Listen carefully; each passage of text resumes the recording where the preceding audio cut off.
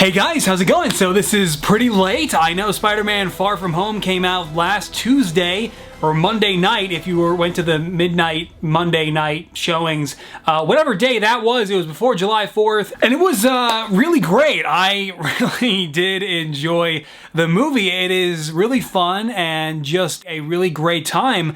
I wouldn't say it's my favorite Spider-Man movie, but I still wanted to make this video anyway, seeing how it's kind of a big deal to me that this is even still happening. I still don't really take it for granted that Spider-Man entered the MCU in 2016, played by Tom Holland, the living embodiment of Peter Parker. So I want to focus on the positives first, and I'm going to do spoilers as well, but kind of just positives, no spoilers first. Tom Holland the entire way through, like I just said, perfect and embodies the role of Peter Parker yet again. Jake Gyllenhaal as Mysterio is really awesome as well. A little bit campy, a little too over the top and cartoony at times, but I mean, I think, you know, that you could explain that away, and I'm sure that didn't bother a lot of people. And yeah, I think Nick Fury and you know, Sam Jackson and you know, Marie Hill, of course, you know, played by Colby Smulders, both of them in there. It was really interesting to have them in a Spider-Man movie, and I thought their role was pretty great.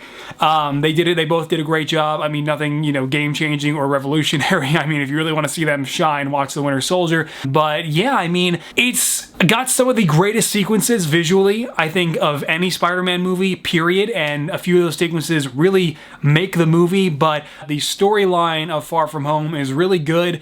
It's not revolutionary, and is certainly, I don't think, is the greatest for what a Spider-Man movie could be. The potential is just really unlimited for what they can do with the Spider-Man films with Tom Holland, but the story is relatively straightforward and not exactly, I would say, as impactful as Spider-Man Homecoming, and I didn't really feel like the message was as strong here either. Maybe that's just me, but I did, like I said, really enjoy a lot of the sequences visually, and all the actors do a really stellar job. All the high school stuff is really good. The jokes really overtake a lot of the movie, and a lot of them are funny.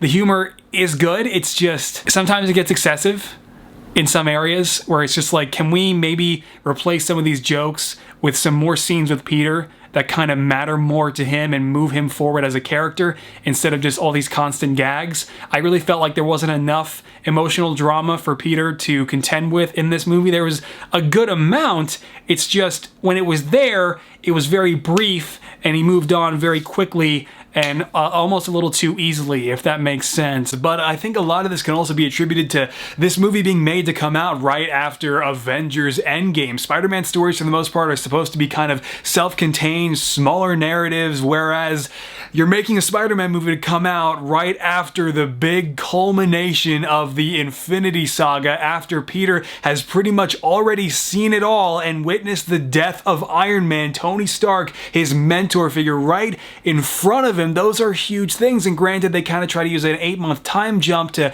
make some jokes about it all, but I think if you're gonna make jokes about anything, half of the population in the universe being wiped out from existence, and then fast forward 5 years later, suddenly everyone reappears again, and the universe has to deal with all of this.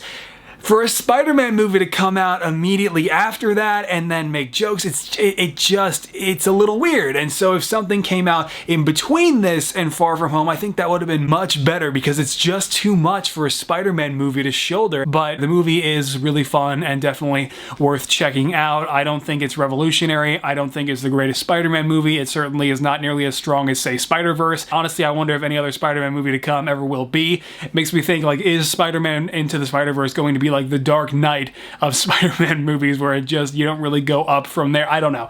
But yeah, definitely check out Spider-Man Far From Home if you haven't seen it yet. But as far as spoilers go, this is where, of course, it gets really fun, because we'll just start off with the post-credit scenes. We'll just start there. I think the big deal, of course, and this was spoiled for me, J.K. Simmons, of course, is back playing J. Jonah Jameson in the Daily Bugle, and how exciting, man, because whenever I would see other people pitch who could play J. Jonah Jameson, you know, Ice Cube or whoever, I was like, yeah, no, it's just, if we had to make one exception to this rule of keeping actors from the past trilogies and franchises separate from what we have now, I was like, I feel like J.K. Simmons as J. Jonah Jameson should be the one exception. I remember having this conversation with a friend like last year, and it happened, man. Apparently it was super last minute according to John Watts, but it really worked out, man. It was awesome because, of course, Mysterio frames Peter and outs him as Spider-Man, and I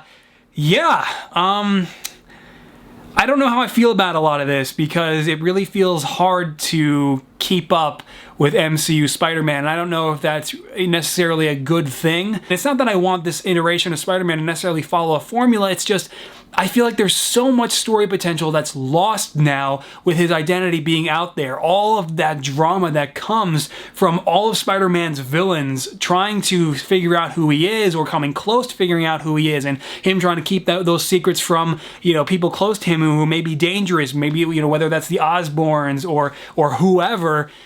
But now that's gone, and literally every villain that Spider-Man will now come to face will know who he is as Peter Parker, and that's weird to me, because I just didn't grow up with that. Of course, I grew up in the Raimi trilogy, and, you know, in my teen years, Andrew Garfield's movies, but even in a lot of iterations of comics, Spider-Man and his identity being revealed is something that kind of comes later. It's just a little bit weird and just very different, and I don't know how I feel about it yet. All I do know, however, is that I didn't enjoy Far From Home's setting as much as I wanted to. Listen, man, I want Spidey back in New York City. That's all. And that's why the end credit scene here, the mid-credit scene, really did a lot for me. I mean, it was just, I was so excited watching Tom Holland's Spidey swing through New York City with MJ. It was just... It was so cool. I mean, that might have been the first moment in the movie, aside from the Mysterio sequences, the illusion sequences, where I was just really genuinely excited by what I was seeing. But yeah, and then after that, of course, the final post-credit scene, you've got Nick Fury and Maria Hill revealed to be Skrulls. And I was like, wow, that's awesome. So Talos and his wife have been posing as Nick Fury and Maria Hill since God knows how long. I mean, I think John Watts might have said it somewhere. I haven't actually looked into it, but that's really exciting. It opens up pretty much like the opposite of the Secret Wars storyline, because now you've just got Talos and his wife and the good Skrulls posing and stepping in for people who can't necessarily be on Earth. Of course, you can still have the regular Secret Wars with, you know, Skrulls who don't necessarily agree with Talos. But the point is, how cool is that? That just felt like something straight from the comics that you would never think would be possible for a Spider-Man movie. Nick Fury and Agent Hill were Skrulls in a Spider-Man movie. This is reality, and that's a real statement I just said. It's like these things just weren't possible before 2016 for Spider-Man, and so this was just really cool, man. And it really saved a lot for me, because after the Avengers and the Winter Soldier and everything, I did not want Nick Fury and Hill to be reduced to jokes. That bothered me. I don't want the seriousness of Nick Fury to be stripped away. And so the entire movie, it was really weighing on me that this is what they were doing to Nick Fury, and I was going to have a big problem with it before this post-credit scene. And in hindsight, man, yeah, there were definitely tells. I mean, the way Nick Fury and Hill spoke, it was just kind of strange. It was especially weird when Nick Fury really started to just kind of berate Peter. I was like, that's not something Nick Fury would do to a 16, 17-year-old kid right after everything he just witnessed and fought against in Endgame and you know, basically dying right before that. He would be inspiring Peter. And then when he brings up the other heroes, he was like, don't evoke her name, after bringing up Captain Marvel. And I was like, he also wouldn't scold Peter for that. It just, there were things that made it kind of obvious that something was very off. And so that was a very satisfying ultimate payoff scene. And yeah, so I loved all of that stuff. And then of course, everything that runs through that, all the elementals were very cool. But of course, the big deal is, you know, big surprise, Mysterio was the villain and he was using illusions. I bet no one saw that coming. And I remember seeing the first clips for this movie, and you have Jake Gyllenhaal's Mysterio walking up and saying, you know, the multiverse is real. I'm dealing with these elementals. They came through portals after the snap. You're from Earth 616. I'm from Earth 833. And I'm like, man, we just opened up the whole can of worms that is time travel with Endgame, and those time travel rules already broke themselves in like 3 different places in that movie. the last thing we need is to then pile the multiverse on top of that. Granted, you kind of got a version of it with Doctor Strange, but not like an alternate reality multiverse where there just exists infinite versions of people and Earths. And so I'm really glad that all of that wound up being a bunch of crap, and that Quentin Beck is just a disgruntled associate of Tony, who actually helped him create the barf technology, which was really cool. It was really just so perfect for Mysterio. What better way to use that technology than for him and his illusions? I mean, some of those illusion sequences were just among my favorite scenes for Tom Holland's Spidey. I mean, those were just excellent to watch. And zombified Iron Man coming up out of Tony's grave, that took me off guard and just really grabbed your gut and just twisted it, and it's like just really just opened the Tony wound and just poured salt in it. I mean, it was like, oh my god. That was really cool. That whole sequence was really cool, but the problem is shortly before all of that, they spent 2 sequences showing you the drones and how he was using them to create these illusions among other little devices, and then these drones were creating concussive blasts, they had guns that were creating destruction, but it's like, those drones also didn't explain away how they were generating lava and doing all that crazy stuff, but then also they didn't explain how then in the next sequence, Mysterio was just literally making Peter experience whatever he wanted him to.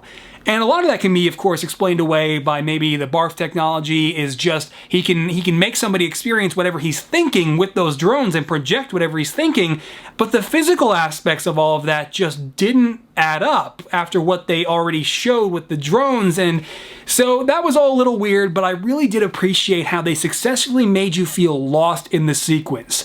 I wondered if I would be able to tell what was real or not, and the first time I saw that sequence, I mean, with everything they were doing with Nick Fury, I was genuinely lost at first, and it was really cool. I really appreciated that they pulled off that feeling successfully, and those sequences, like I said, were just so cool. But I was kind of thinking a little too far into Mysterio's team and how they formed. It had only been 8 months since the snap, and I don't know how many of them got snapped away or how many of them have just been living in the world post-snap for the last 5 years. Either way, they all just grouped together in rebellion against Stark Industries and decided to become international terrorists. I was like, okay, but it was cool they got the guy from Iron Man 1 in there, and I also did think it was a little weird though how Peter just handed over the Edith defense system to Mysterio after only 2 conversations with the guy, but I guess he was in an emotionally vulnerable position and obviously didn't know the elementals were fake and thought the world could end if he didn't help Mysterio as best he could. I feel like if the elementals weren't involved though, he wouldn't have just handed them over so quickly, but either way,